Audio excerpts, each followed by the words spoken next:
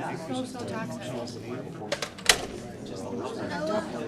And then my little buddy, the other one that I spent You just got an interview. 8th grade. I think we're ready to go. This meeting of the Board of Education is now called to order. Please stand and join us in the Pledge of Allegiance. I pledge allegiance to the flag of the United States of America and to the republic for which it stands, one nation, under God, indivisible, with liberty and justice for all. Thank you. I want to welcome everyone to our meeting this evening, and we'll get started by approving our agenda. And I should also let everyone know that Trustee Crawford sends her regrets this evening. So is there a motion to approve our agenda, please, on page 2? President Van Antwerp, I move that the Board of Education approve the agenda as printed. Thank you. Is there a second? Second. Thank you. All those in favor, please say aye. Aye. Aye. The motion passes, and we'll move forward with our agenda and start with the superintendent's report like we always do. Thank you, Randy. We have 3 items under this section of the agenda, and the first is a bond project update, and Johnny Edwards will provide that for you this evening. Good evening. Thank you, Superintendent B. Lang, as well as members of the Board of Education. I just want to cover 3 quick areas related to our bond project update. Number one, if you've had an opportunity to look at Central Elementary School, they are starting to put some of the fencing in for the construction zone. They're starting to clear up the playground, the existing playground area, and then also as we have to design a construction entrance, they're actually marking that area off. So once the fencing is complete, we'll get some asphalt moving in that area for the temporary road. So that's number one. The second thing you may have noticed also on the central campus, you may have noticed some flags around the grass markings. Just several months ago, the board approved new irrigation for the Centennial Park. So that project started over spring break the other week, and it has continued. So they're starting to install the project, and it should be complete, ideally, weather permitting, within the next couple of weeks. And then the third and final area, I just wanted to update the board. Before spring break, we talked about pausing on the Amberley design. We're still working through our schedule with our CM, our architects, and our PPS team. So we just need a little bit more time to fine tune that. And then ideally, within 2 weeks when we come back, we can share a little bit more on the direction of what we think is best for that project. So that concludes my updates of those 3 areas, and I'll be happy to answer any questions. Thank you, Jenny. Thank you. Next is our financial report, and she's coming up. Laura Johnson will give that. Good evening, Board of Ed and Superintendent B. Lang. Included in your board packet was the financial report reflective of the end of February. This does reflect the budget amendment that you did pass in February, so I don't have a lot to point out to you. So it should be a brief update. On the first page, that breaks down our expenditures by function code. I just want to point out that local payments from other districts has caught itself up from we were behind previously. That's like where the enhancement millage revenue goes. We're up a little bit compared to last year, but the enhancement millage payment did go up a little bit in this fiscal year. Moving down to added needs, underneath expenditures, we have a timing issue for when we paid the Caresis CTE, the previously referred to as Education for Employment payment for the consortium. We paid that out in February of this year, whereas last year we paid it out in May, so we're looking that we're ahead in expenses in that category. Moving down under support services for transportation, just want to point out that we are up in that line item. Even though we have been down drivers, our salary costs are up compared to last year at this time. Our repair costs for buses are up, and our fuel costs are up from last year. Moving down to support services, a couple of line items down from there. Our coaching costs are up, our official costs are up, and our athletic supply costs are up compared to last year. Just want to point out briefly on page 2, breaks everything out by object code. Our purchase services category is coming in higher than last year, and that's because our substitute costs are up from last year. And we also includes our contracted nurses that we didn't have in the budget last year, that we do have in the budget this year. So that's causing us to look as if we have spent more money in that category for object code. And just to give the board a general update, we're getting ready to gear up for a preliminary budget for 23-24 and the final budget amendment for 22-23. Any questions?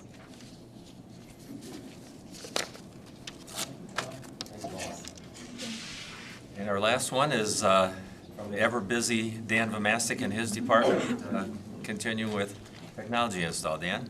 Yeah, well, good evening, everybody. I'm happy to report that the wireless replacements at Central Middle School and North Middle School are working successfully. I'm not going to call it perfect, but I'm going to call it very successful. If you remember, these access points brought 2 new abilities. One is to monitor and change channels in real time. The first 2 days we had students back in the buildings, those access points were changing channels like crazy, trying to figure out the best place to live. Channel changes have stabilized for the most part. The lead engineer from Vector came in and did some mapping and used that to further tweak the constraints for how the access points can make decisions in real time. And overall, we're doing very well. We're still struggling with interference, however, primarily on the 3rd floors, but the system is keeping up.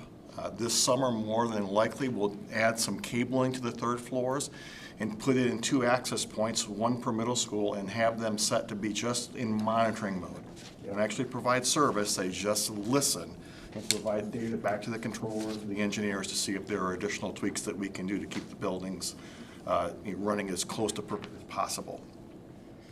The other thing the system does, it has much more aggressive reporting and end-user troubleshooting tools than we had before. So when we have a report that someone can't get online, we can now get right down to that device level very quickly and see what's going on. One of my favorite stories, we had a student who was repeatedly reporting they couldn't connect, but it turns out the student was turning the Wi-Fi off on their Chromebook in hopes of not having to do work in the classroom that day. So they are creative. But with that success, I've told you before, our legacy Cisco system is the one system that keeps me up at night. That wireless system is end of life. The controller is no longer replaceable. If that controller goes down, then the entire Cisco part of our wireless canopy is dead. So we decided to take spring break and accelerate our plans and went ahead and replaced the wireless at Community High, Lake Center, Central L, 12th Street Elementary, Zileman, and West Middle School. And believe it or not, I can't believe we got it all done in that week, but we also got Central High School done. That leaves us 5 elementaries, and then our most interesting building, if you've ever walked around, Northern High School, to get all those APs replaced. We're hoping to use the May 3rd PD day to tackle 3 more of the elementaries, and then we'll circle back and get everything else done this summer. At this point in time, if the board recalls, you pre-approved 870 total access points just for the purposes of E-rate applications. We're going to need far fewer than that when it's all said and done. Probably, best guess right now, probably closer to 550 when we're all said and done. It turns out that we needed fewer access points at West Middle School than we thought. Turns out we're going to need to add a few to this building this summer. Once again on the 3rd floor, but that's not interference related, that's just coverage related, particularly on the west end. So yes, I'm very happy with the system. I haven't heard any complaints in quite a while. When we walk the buildings, reports are very positive, and any given point in time, we're supporting anywhere from 2,500 to 2,800 devices on the new wireless network at any given point in time. Interestingly enough, around half of those connections are iPhones, which doesn't surprise me, but we knew this was coming. But no, it's a very positive report. We're going to keep working on it. Once again, I will say with all sincerity, my deepest thanks to the teachers and the students as we've weathered getting through this process. So, With that, I'm happy to answer any questions the board may have. It's just been a long and winding road, and this is good news. Thanks. Thank you, Dan. Great news, Dan. Thanks for all the work you and your team did to resolve this. That's great. I receive almost daily reports, whether I want them or not, about the Wi-Fi here at Central, and I have not received any lately.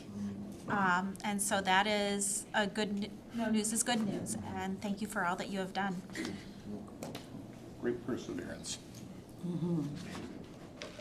This will definitely be a chapter in the book I'll write one day. Thank you. That's all I have.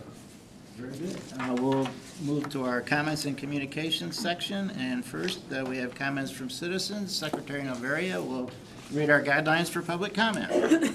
Public comment at board meetings. The board welcomes community input at our board meetings and recognizes the importance of allowing members of the public to express themselves on district matters. To permit fair and orderly public expression, please conform to the following guidelines when addressing the board. Attendees must register their intention to speak during the public participation portion of the meeting by completing the speaker registration form at the beginning of the meeting. Individuals may not register others to speak. Speakers will be recognized by the presiding officer and may not be called in the order in which they have signed up to speak. Speakers are requested to state their name, address, and group affiliation if applicable. Limit comments to 3 minutes. Direct all comments to the board and not to staff or other participants. Speakers may not yield any of their speaking time to others. Provide a written copy of your comments and supporting documentation to the board secretary if available. Present your comments in a respectful and professional manner to model the behavior expected of Portage students. Refrain from mentioning any student by name. Contact the superintendent directly regarding personnel matters. Board of Education meetings are held for the purpose of conducting the business of the school district and are not considered to be community meetings. Board members are not obligated to respond to issues raised during public comment. Normally, such issues are referred to or followed up on by our administrators. Thank you, Terry. And we welcome our first speaker tonight, Evelyn Argo, please.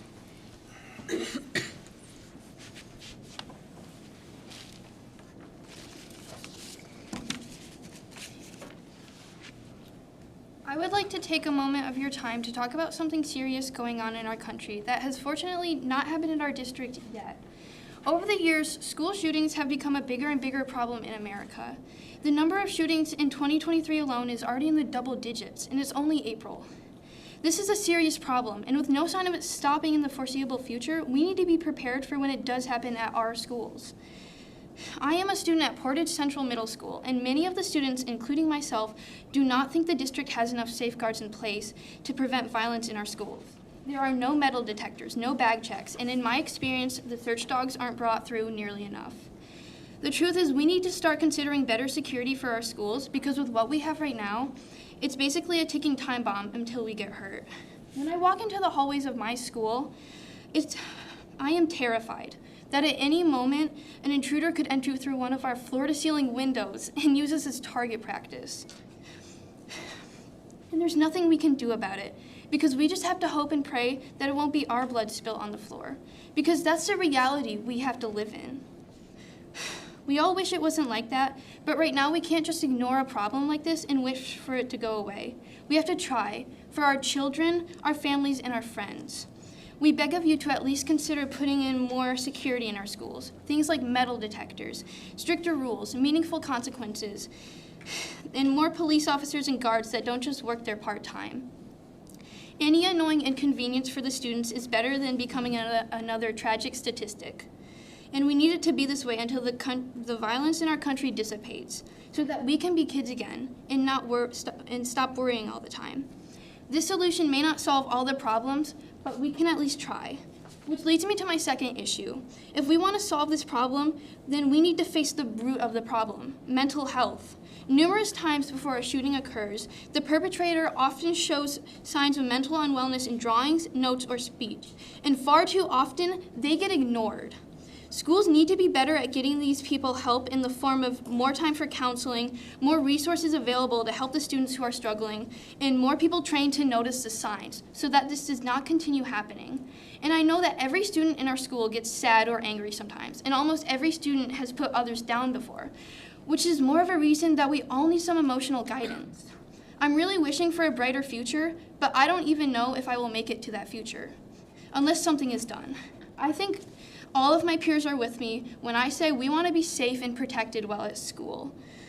Simply put, I want our schools to have better security and for us students to have better ways to cope with feelings of depression, anger, and hopelessness that could lead to aggression if not noticed. And we're asking everyone here today to please do whatever it takes to protect us and our friends from this violence. So please don't let us down. Thank you very much, Evelyn. Thank you very much. Our next speaker is Jennifer Neal, please. Welcome. I'm not near as eloquent a speaker as she is. My name is Jennifer Neal. I live at 8203 Lakewood.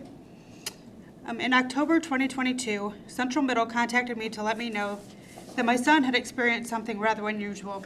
His hands and legs shook uncontrollably and his breaths short and shallow. His eyes rolled into his head and closed. He physically was unable to verbally respond to anyone. This continued for 15 to 20 minutes. When his body calmed, he was dizzy and physically exhausted. They called me the next week, reporting a similar situation, and the week after that, and the week after that. It became the plan for him to go to the office to take all tests to avoid further embarrassment in class. It was determined by his doctors that these were intense panic attacks. Following Christmas break, these spells increased to almost daily. He frequently lost consciousness. He was seen by neurology, cardiology, had EKG, EEG, CAT scan, blood work, MRI, was seen by Helen DeVos, and was transported from the school to be seen in the ER when he had spells that mimicked stroke and heart attack. He was started on a daily psychotropic medication as well as a medication he has in the office at school that they administer when he is particularly stressed. He is also in counseling. The diagnosis is psychogenic non-epileptic seizure. On April 6th, just last week, I was contacted by the school stating he was acting strange. When he went to the office, their first question to him was, "Are you on something?" After every spell that they had witnessed, their conclusion this time was that he was using substances. And I was told that protocol needed to be followed and he needed to be tested.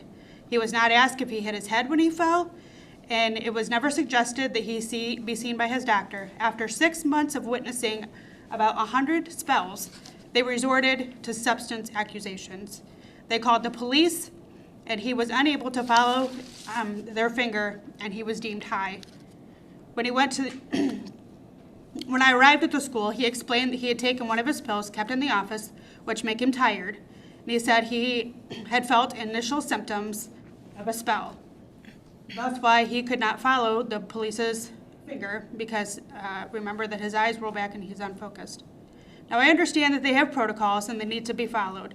However, my son has months of medical records and significant history of very embarrassing spells. He does not enjoy being that kid that passes out all the time and spends his days in the office needing a 504 plan to support him. And so to accuse him of drug use and to potentially add to his record a suspension for suspected substance use, which would make him a minor in possession, which is a felony charge, all of this attacking his character, his reputation, and his integrity. For a spell like he'd had 100 times before, this is incredibly offensive and infuriating as his mom. Thank you very much for sharing those comments with us, Jennifer. Our next speaker is Marino Valles. Mariano Valles? Mariano Velez. Okay, very good. Welcome, sir.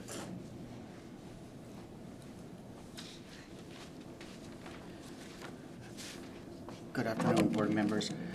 My name is Mariano Velez. I live at 7576 MacArthur Lane, right here in Portage. I have 3 kids, 1 in Middle Morrisbridge Elementary School and 2 in West Middle Elementary School. Mornings, it's horrendous. The way people drop off their students at the schools is gonna cause accidents. Maybe they have already. I'm new to the area. I just moved here in July of last year. So this is our first year living here. The traffic is horrible getting in and getting out of these two schools. Especially for my daughter Carmen, who is at the Morris Bridge Elementary School. There are over 600 kids in that school, and I believe, from what I see every day, only 5 buses. So that means there are well over 100 cars dropping off students, either parking their cars or in line waiting to drop off their kids. And if it's their line, they are literally on the road, past the neighborhood, or they even go and park their cars in the neighborhood and walk their kids because they will not make it in time to school. They are only allowing 10 minutes to drop off your student, your son or daughter, and to be in class with 5 minutes left. So that is causing a lot of kids, to be late to school because of the parking / drop off. It's bad. I believe, from what I was told, people have gotten hit by other vehicles, especially the gentleman that stands out there, the crosswalker. I've heard in the past that a gentleman got hit by a car because when they get out of the main road, out of the school entrance, they make the left turns without paying attention if there are kids crossing the road. So they make their turns and he got hit. I myself, going into the parking lot, almost got hit 3 times. Once by a person who was not paying attention when they're getting out of their parking spot because they need to get out of there so they can avoid the traffic. The other 2, I'm backing into a parking spot because I have a large vehicle. I'm backing in. The people are not going around the parking, they're going through the parking so they can get to the school, their son or daughter, in time to their school. Eventually, one day, someone is going to get hurt or even die because nobody's paying attention. Their interest is to get their son or daughter into school on time. Can something change about that? Yes. Can the time frame of the 10 minutes to drop off your kid, can that be made into 20 minutes? And instead of the kids waiting outside until 8:30, 8:25, maybe they can go in a little bit earlier. That way parents don't have to rush. At the West Middle School in the mornings, the drop-off zone is just one lane to drop and the other one to keep going. There, people are on the other side crossing cars who are dropping off their students, their sons or daughters, and just rushing to a spot that they can drop off their kid instead of taking their time, waiting their turn to drop off. Again, someday, hopefully it never happens, someone is going to get hurt. When I went to the school opening last year, for the beginning of the year, the principal said that there will be teachers outside helping. I don't see teachers. I see one person, and that person is holding her coffee and holding the door open for let the kids go in and just watching everybody go through. I believe from history, from my sons from other schools, there should be more teachers out there or family members to help get it moving. Police, they're there, but they're not there. They're parked their car in the middle of Morris Bridge Road at the sign that says welcome to come into the Portage area. There's nobody, no police officer controlling traffic. They're just sitting in their vehicle away from all the traffic, instead of them being there helping out, move it, keep it going. I'm shaking right now because I'm afraid that one day we're going to be seeing it, that a student, a kid, parent, family member is going to get hit by a car. And we're not going to, and when I say hit by a car, that person's probably going to die because the way everybody goes in and the way everybody goes out. They're all in a rush. That's not how it should be. There should be something there. I mean, the person who came up with the engineering on where to put the school and how to maneuver this traffic was not thinking of the population of how many kids are going to be going to this school. That's bad. If the majority of the students walk to school, something different should have been done, because I'm sure you guys did a census on the population in the area of how many kids are going to be going to this school. If it was done, you guys did not think far enough into the future of how many kids were going to be going to these schools. If there's 600 in this, if there are more than 600 in the Morris Bridge Elementary School, and you only got 5 buses that I see on a daily basis because I pick up and drop off my kids, and that's wrong. Maybe the buses should be going to another location and do something different, for that way more people, more vehicles can just move along. I'm sorry, this is my first time ever doing this, and I hope I never have to do this again. But eventually, I see it. Every day, I almost got hit by a person. Luckily, it was just me, not my child with me, crossing the parking lot. Crossing. In the mornings, when you have all the students and parents dropping off. They don't go around. They go through the parking lot to get as close as they can to the front door. Mariana, we appreciate you coming tonight. Sorry about my We do. timeline, but We understand your concerns. We appreciate you taking the time to share those. Thank you very much. thank you. And again, sorry for the timeline, but Our next speaker tonight is Allison Carlson.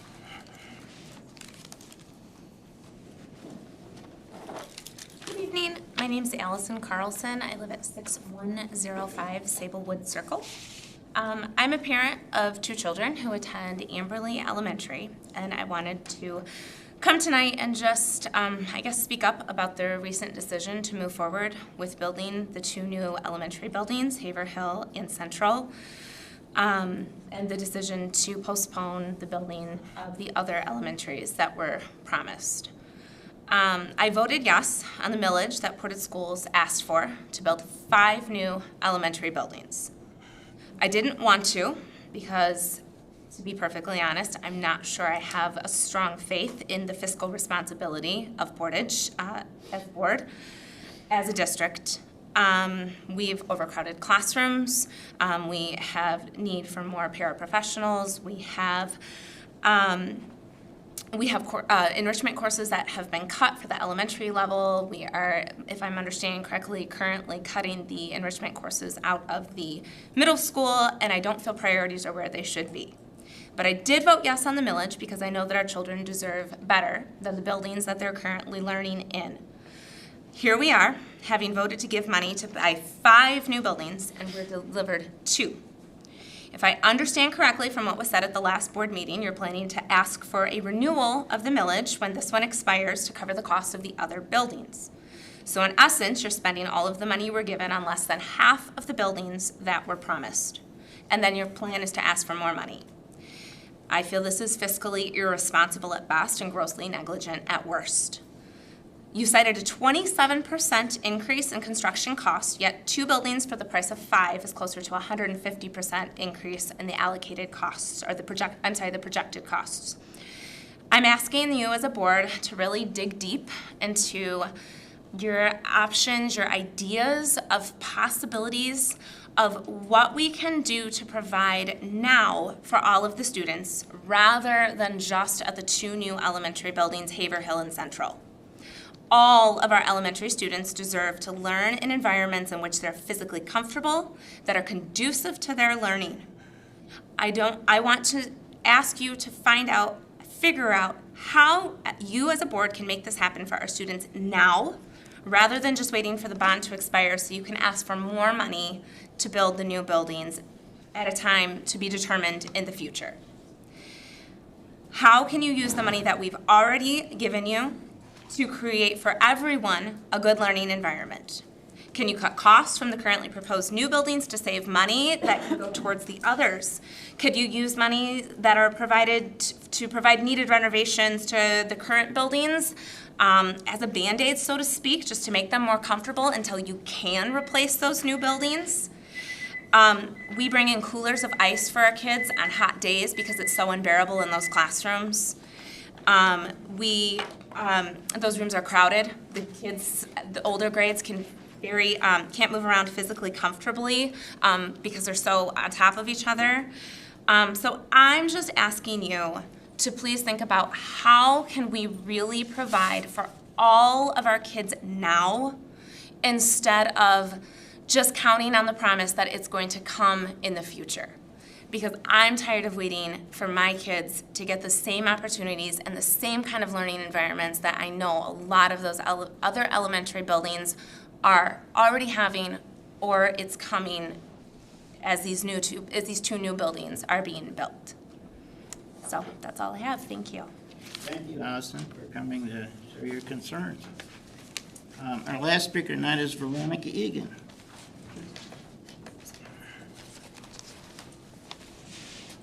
Welcome. Hello, my name is Veronica Egan, and I am a current Portage resident and have 3 children in PPS schools. I'm wearing yellow today in support of the student equity groups that have come in earlier, talking about some ideas they had for equity. So recently, the board was presented with the district vision and its inclusion of equity as a lens. So I'm here today to ask some questions about how equity will be applied as a lens in the handling of all matters regarding students, as well as what tools, trainings, and partnerships were utilized to inform this equity lens. Some of the questions I have are as follows. Was the equity lens informed utilizing any partnerships with local independent equity organizations, such as the Kalamazoo Community Foundation, Truth Racial Healing Transformation, or Outfront Kalamazoo? Because as we all know by now, we need outside viewpoints if we are going to get past our intrinsic biases. How will the board ensure that this lens is being used equally and appropriately by all administrators, teachers, and staff? Will time and money be budgeted for training and oversight across all levels? What metrics are to be put in place for ensuring equity is being applied properly and that improvements are being made? What will be the follow-ups and processes to ensure that there is continual improvement when it comes to equity?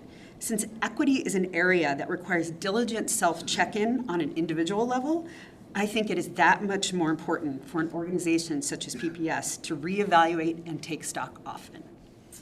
How will the current DEI team's equity work be supporting this vision, and will there be a report out of their work in the near future?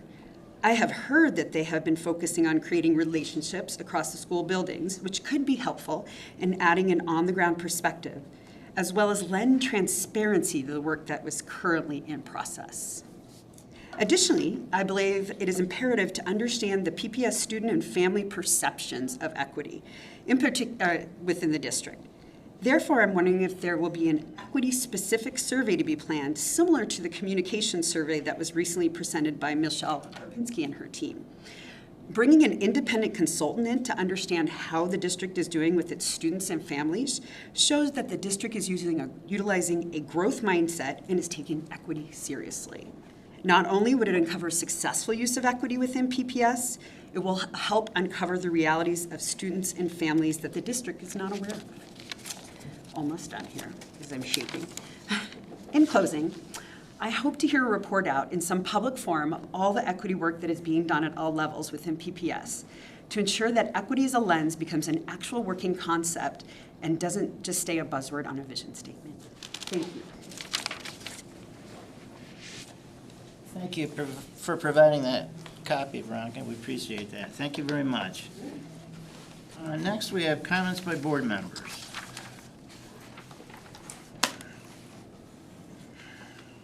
I'd like to give a shout out to the archery team that won first in state.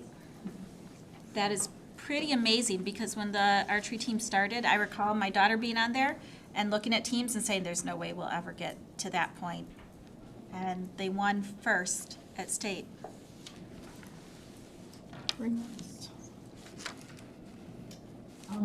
Welcome back, everybody, from spring break. I hope you had a great break. I saw something recently that I think everybody'd be interested in. Portage Central Middle School, starting April 20th, is doing a performance of Mary Poppins, and the pictures that I saw showed one of the primary characters with a vest on doing flying. So I happen to have seen Mary Poppins on Broadway in New York. It's a really, really cool musical, and I hope that a lot of people show up because it will be worth attending. So. Thanks, Terry. Anyone else this evening? Randy, I'll go. Want to thank our public speakers for the comments tonight. All important current topics. I don't want to play favorites, but I will say when a student addresses us, that is powerful. And so many appreciations to all of our speakers, especially our student speaker tonight. For trustees, I want to let you know that the Owner Linkage Committee, we met several weeks ago.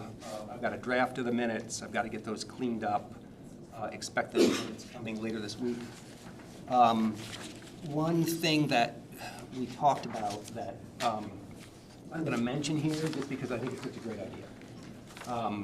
You know, the district has done a lot of work in being appreciative of our staff and appreciative of our students and working on culture and giving positive reinforcements, and the board has expressed a desire to have opportunities to say thank you. So there was the idea of having board members adopt a building or two and having board trustees become part of the thank you note writing process, where we would get recommendations to thank specific students and specific teachers for specifically identified positive things they would do that supports their values. And our committee reacted very favorably to that. I just thought that was so cool. We mentioned it verbally tonight, but that'll be in the minutes as well as some other things that'll come soon. Thanks, Bo. Anyone else this evening? I just want to remind everyone that the renewal of the countywide regional enhancement millage is on the ballot for May 2nd. And voters in our county have renewed this millage every time since it was first approved in 2005. And what these funds do is support operation of our local school districts to compensate for inadequate state funding in some areas. And I just want to let everybody know in Portage, these funds are used to support instruction, everything from teacher salaries to school supplies, in the amount of $425 per student. So this is a renewal, there's no tax increase, and we just like to urge our voters to vote yes on May 2nd or by absentee ballot to keep our educational program funded. And our community has always been very generous, and hopefully it will be again, and we thank you very much for your support. Okay, we'll move forward to our consent agenda, and tonight our consent agenda just consists of the minutes of the March 13, 2023 regular business meeting. Are there any exception to the minutes as provided here this evening?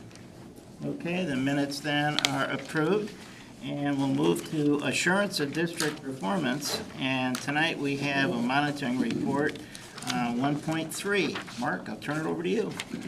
Sure. Let me just start by saying this monitoring report is this is the first go-around for this particular report. The board kind of reorganized its end statements, and through that whole renumbering system and the addition of this end, it's presented for the first time this evening.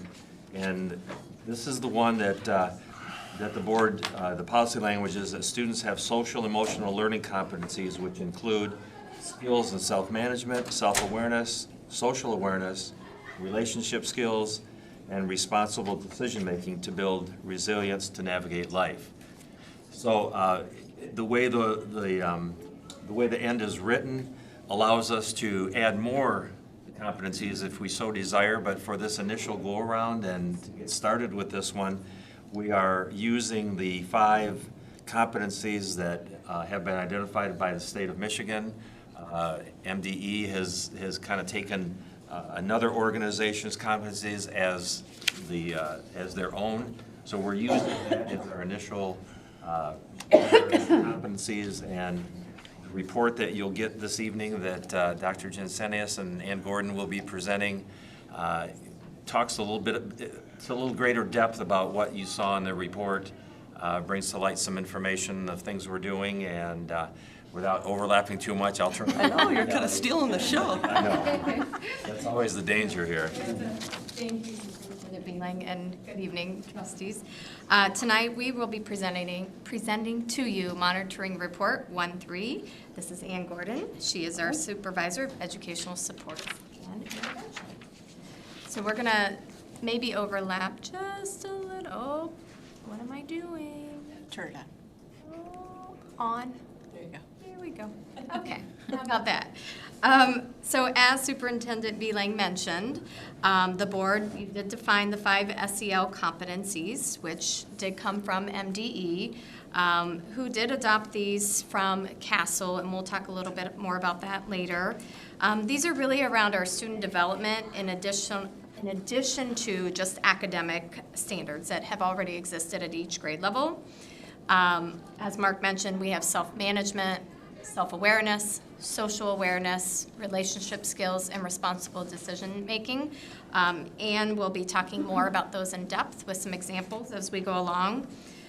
Just to recap, social emotional learning, or SEL, you'll hear it referred to, is that process through which individuals learn to recognize and manage emotions.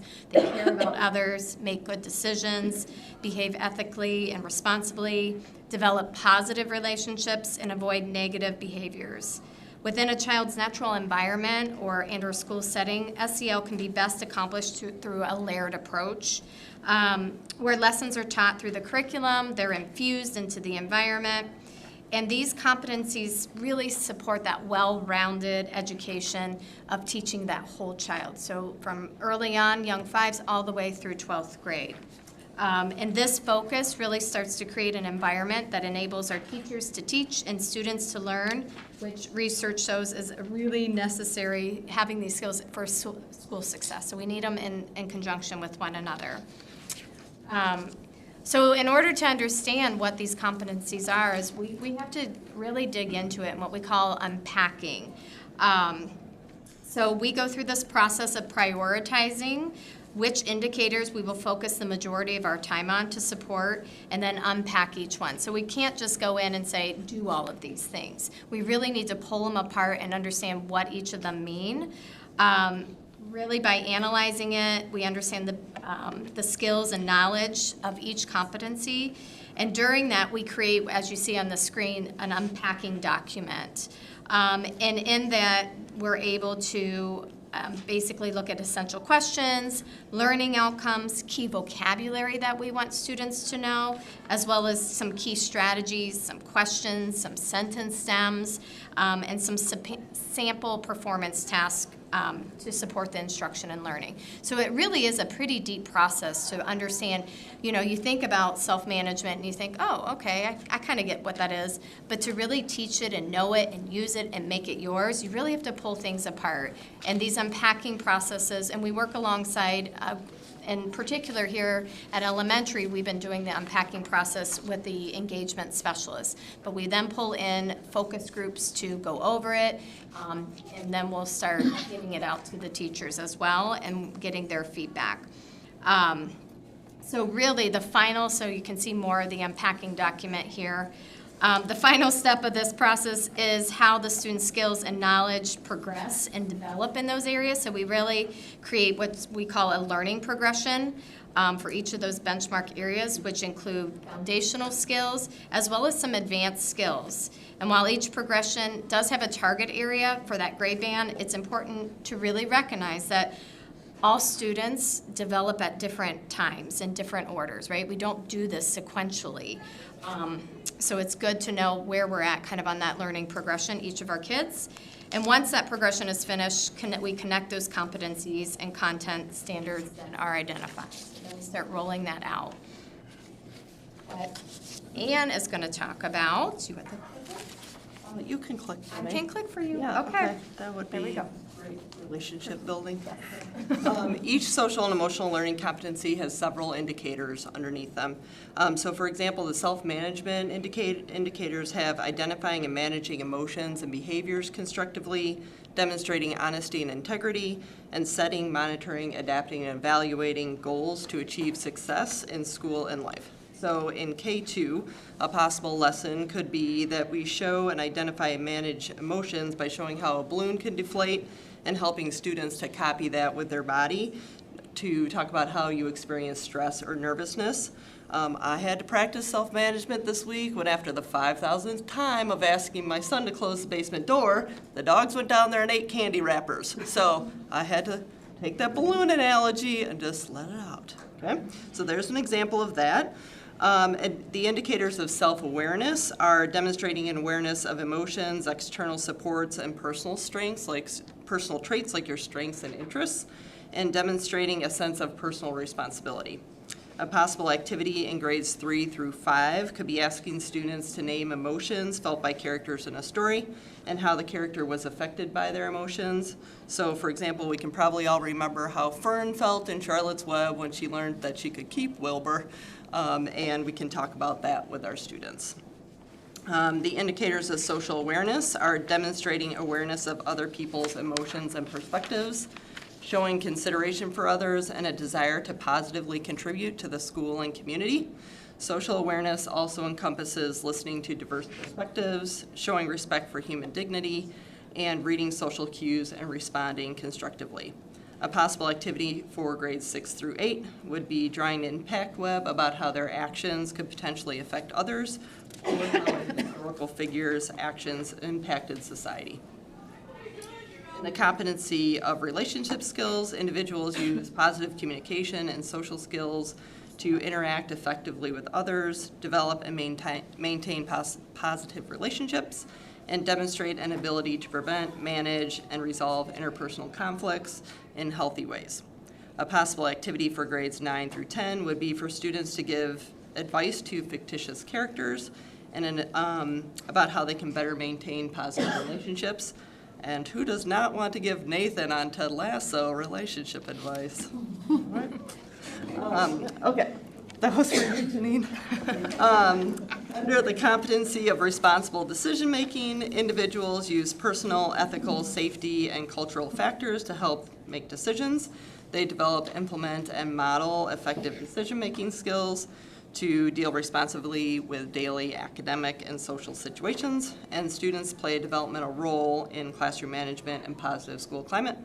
A final example would be for 11th and 12th grade students to advocate for their personal needs and accomplishing goals by asking a trusted adult for mentorship or to write a letter of recommendation for their post-secondary plans.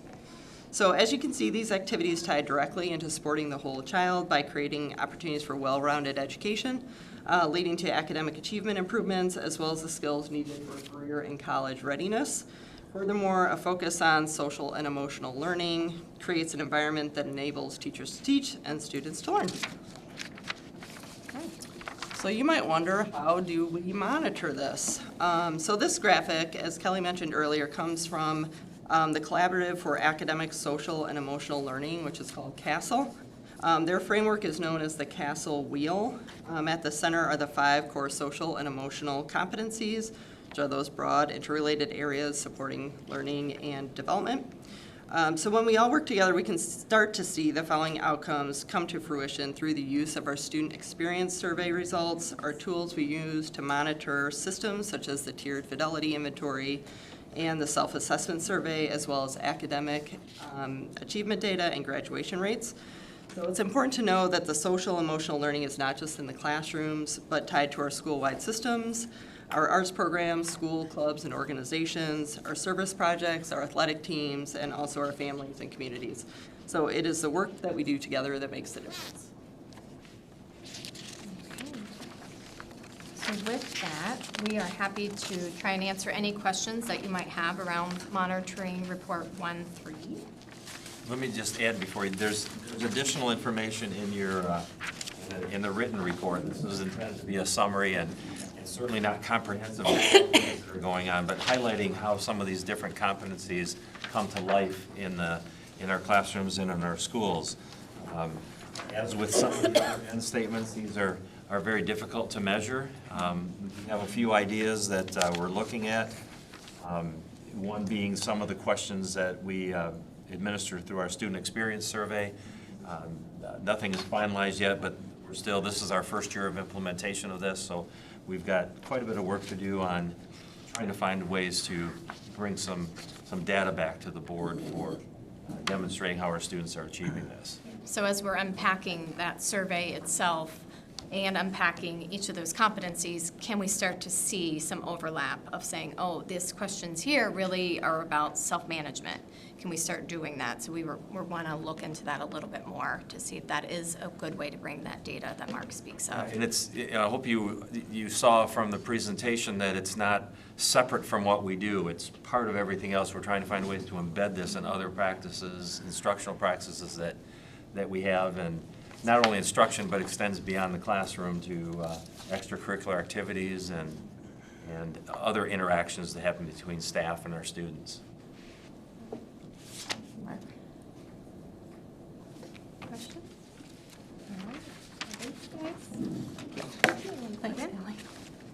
Well, yeah, well, before you walk away, something needs to be said, but appreciation for this. Okay, we'll come back for that. All right, that's a given. That's just a given. Thanks, Bill.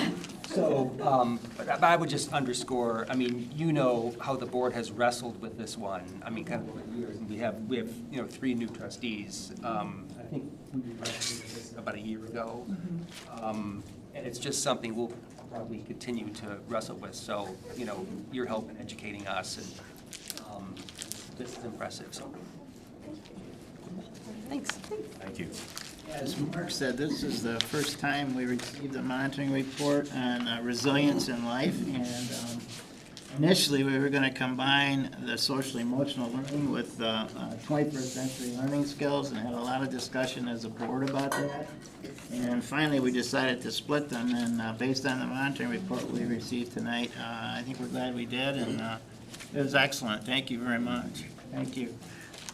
Any other comments on the monitoring report? Okay, then, we have a motion on page 12 to approve the monitoring report as presented. Is there a motion, please?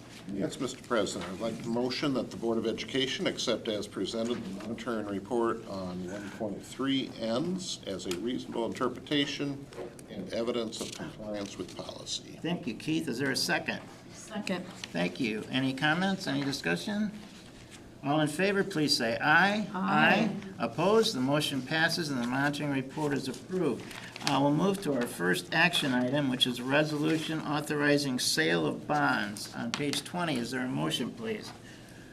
President Van Antwerp, I move that the Board of Education approve the resolution authorizing 2023 school building and site bonds as presented. Is there a second, please? Second. Thank you. Paula? Good evening again, Board of Ed and Superintendent Beeling.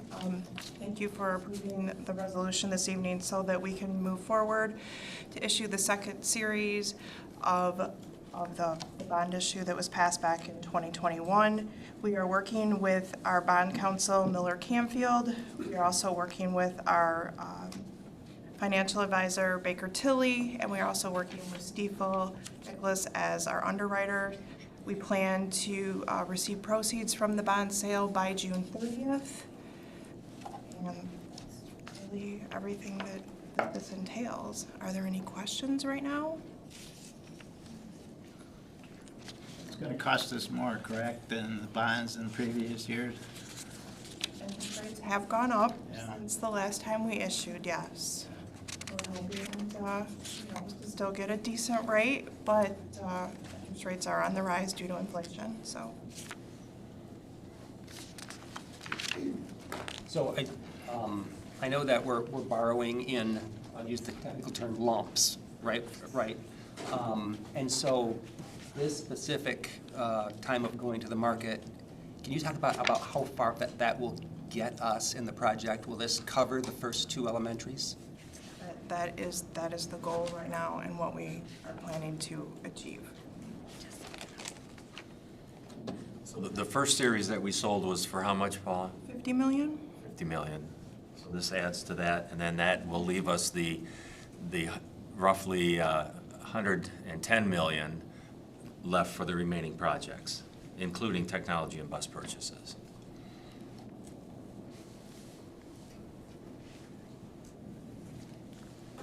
So this is exciting. We're moving forward. Any other comments, questions? Very good.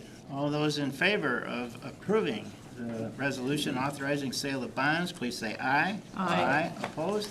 The motion passes. Thank you very much. Our next action item is the KRESA biannual election resolution. And on page 39, is there a motion, please?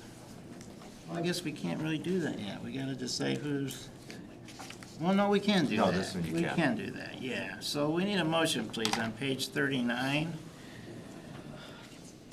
Mr. President, I move that the Board of Education approve the resolution to consider designation of electoral representative for the June 5, 2023 biennial election as presented. Is there a second, please? Second.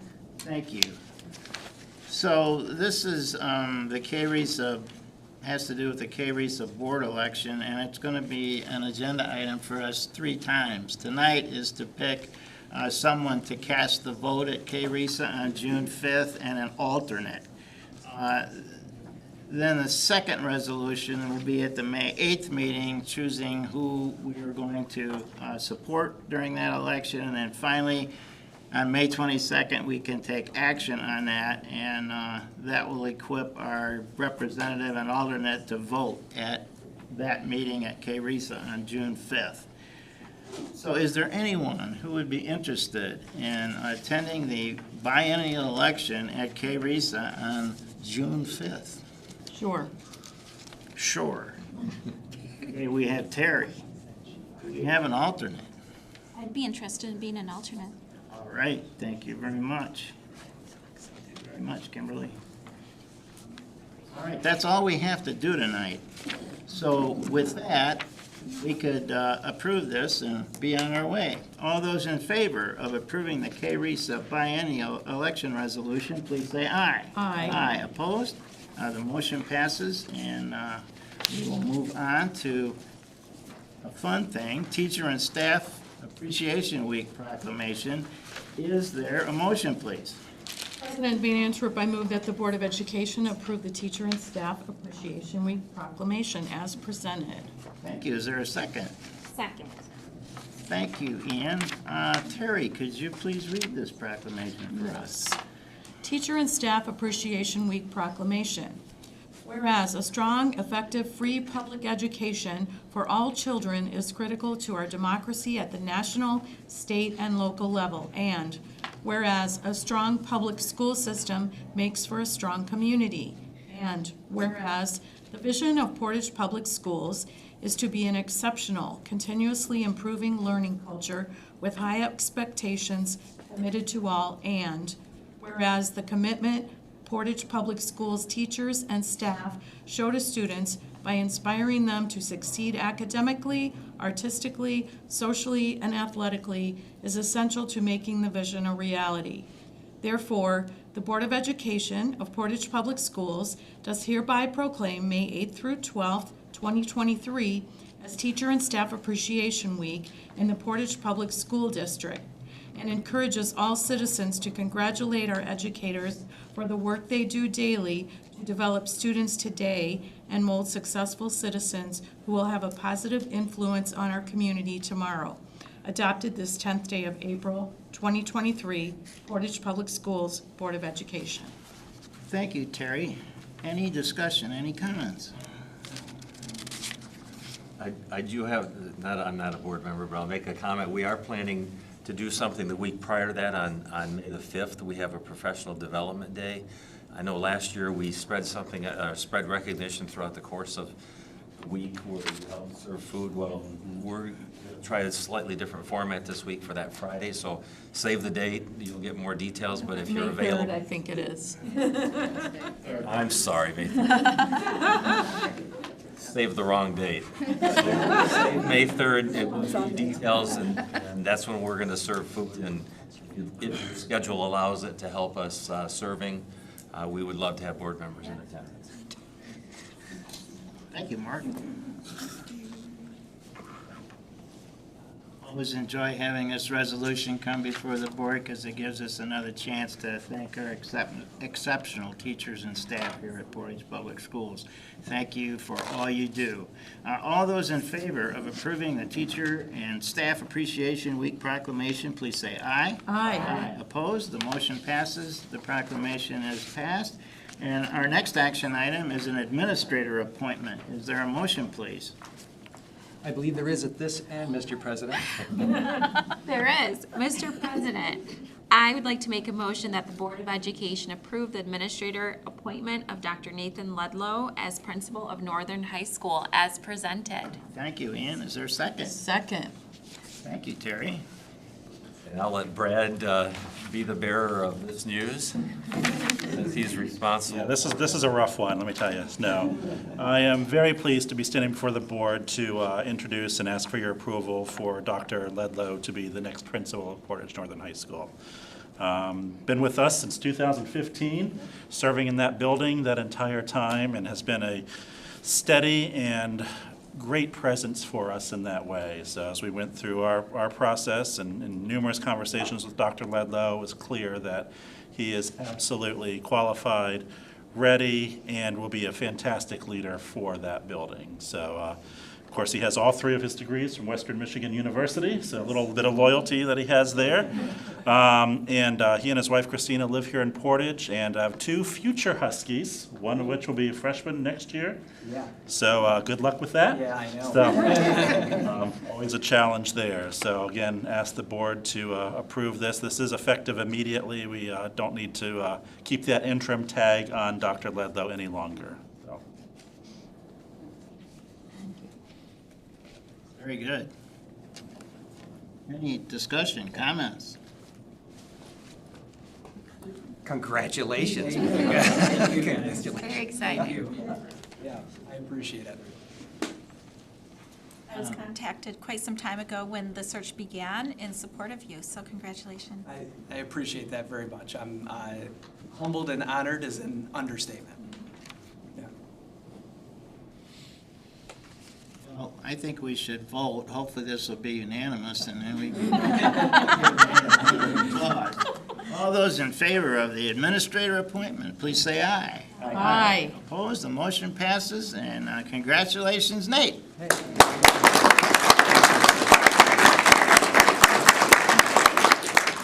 Thank you for coming tonight. We appreciate that. You have any comments you'd like to make? Or? Yeah, 3 minutes. Yeah, it'll be super short. I don't have anything really prepared. I do want to note, I am well aware, especially from being at Northern for this is my 8th year now.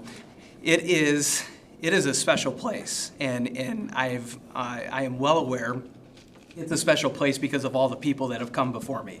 Not only the people that currently make it up, but for all those amazing students, staff, and teachers that have come well before me, and really that have just turned Northern into the special place that it is. And I've always been a firm believer that successful organizations aren't made up or aren't successful just because of who the leader is. It's because of the people that make up that organization. Obviously, the leader plays a role in that, but I don't think there's any building or any organization where that's even more true or ever more true than it is at Northern. The fact that that I get to come in and be a part of the proud, strong, rich tradition that comes with the Huskies. It is. I haven't been sleeping, and it's been a good thing. It's been a good thing. So I am really excited, and thank you guys for this opportunity. Thank you, sir. We're glad you're there.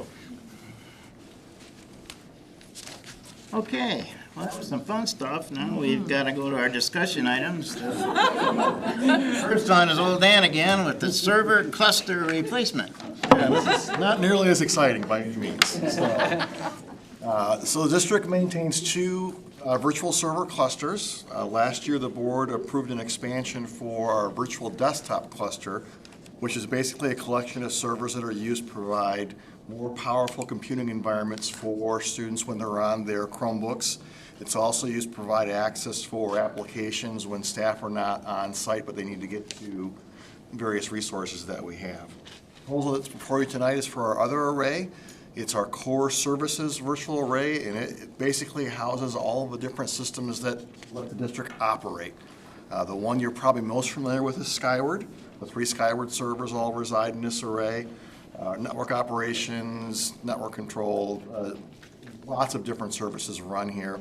The existing array is end of life and is due to be replaced, and so this is just a straight up replacement. The recommendation is coming from Dell Computer. We have standardized on Dell. Their support and service is really good, and we've had a very low failure rate with the equipment we have purchased from them. Comes off of a state contract, so no RFP was required. Final amount is just south of $10,000. Once again, I'm very happy to see that we are returning to pre-COVID price levels for this kind of gear. I don't have an ETA yet for when this will arrive, but with good fortune, it'll be here this summer, and we can add that to our wish list of things we'd like to accomplish before we start next school year. And with that, I'll answer any questions the board may have. Any cluster questions for Dan? Thank you very much. Thank you, sir. Our next discussion item is the Chartwell contract renewal. Paula? Good evening again. Included in your board packet was a memo explaining the contract renewal process with Chartwell's. Michigan Department of Ed requires us to renew this contract on an annual basis, even though we've entered into a longer-term contract with Chartwell's.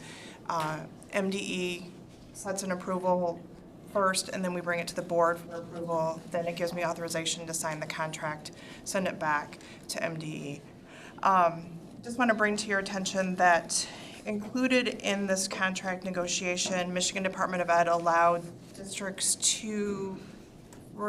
food service management companies negotiate with the districts outside of the contract because the consumer price index has gone up so much over the last year, 8.8% in Michigan to be exact. We were able to negotiate a different increase on the contract outside of what's physically in the contract. So if the board remembers, I brought to you, it was a 4% increase last year. This year it's a 4.5% increase. Those are well normal within means. It's based on number of meals served, and so just want to bring that to the board's attention. It's abnormal economic times. So, any questions? Any questions for Paula? Paula, can you remind us approximately how long Chartwell has been with us? I mean, I think it's been with us since I've been on the board, probably before. Well, I've only been with the district for 6 years, so I'm gonna ask a friend in the audience. 2008. 2008. Have a friend.